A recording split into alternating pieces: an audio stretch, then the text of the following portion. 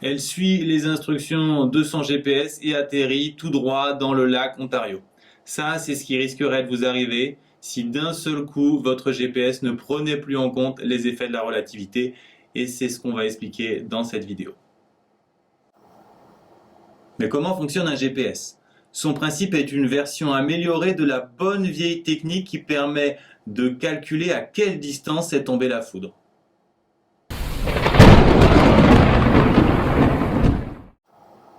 Quand la foudre frappe, on voit instantanément l'éclair. Par contre, le bruit du tonnerre nous arrive un peu plus tard puisqu'il voyage à la vitesse du son. Donc s'il nous arrive avec un délai de 2 secondes, ça signifie que la foudre est tombée environ à 700 mètres, avec un délai de 3 secondes environ à 1 km, et si elle arrive 4 fois plus tard, environ à 4 km.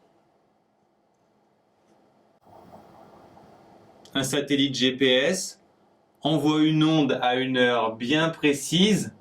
Cette onde se déplace à la vitesse de la lumière, mais arrive avec un petit délai à votre voiture. Et c'est la mesure de ce délai qui va vous donner la distance entre le satellite et la voiture. Puisque l'onde se déplace à la vitesse de la lumière, en 1/10 de seconde, elle aura fait 30 000 km, en 1/100 de seconde 3000, en 1 milliseconde encore 300 km, et même en 1 microseconde, elle aura fait 300 mètres. Ce qui signifie qu'il faut avoir des mesures du temps et des heures extrêmement précises si on ne veut pas finir dans un lac. Un satellite ne permet pas de repérer un récepteur GPS. Ici, pour simplifier, j'ai supposé que mon satellite était posé à la surface de la Terre pour qu'on ait un problème en 2 dimensions. Si je connais mon délai, je sais le temps que mon onde a mis pour arriver à mon récepteur, mais je ne sais pas dans quelle direction est partie mon onde, donc je sais juste que mon récepteur il est sur ce cercle. Il me faut donc d'autres satellites pour connaître la position de mon récepteur. Si j'en prends un deuxième, ça signifie que mon récepteur peut être soit ici, soit là. Et pour savoir où il se trouve, il me faut un troisième satellite qui me dira qu'il est forcément ici.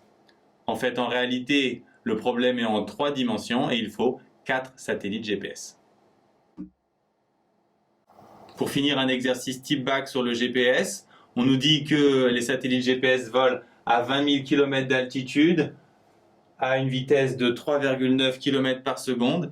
Et on nous demande, pour commencer, 2 questions de cours sur la relativité, rappeler le postulat d'Einstein et la définition d'une durée propre.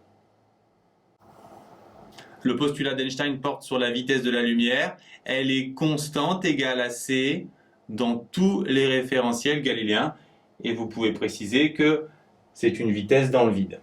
Pour la durée propre, on l'a déjà vu, c'est la durée qui sépare 2 événements qui ont lieu au même endroit dans un référentiel galiléen.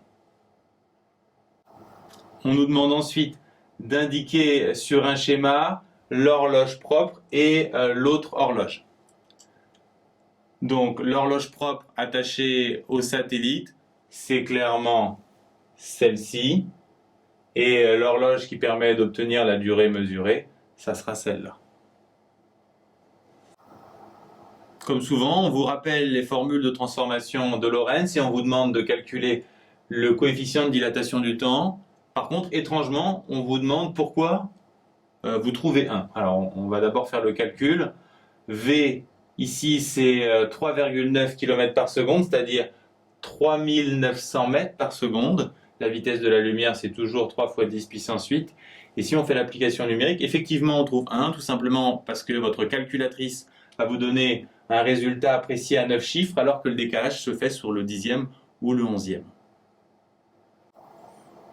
On admet ensuite qu'il se crée un décalage de 7 microsecondes au bout d'une journée entre l'heure dans le satellite et l'heure sur Terre.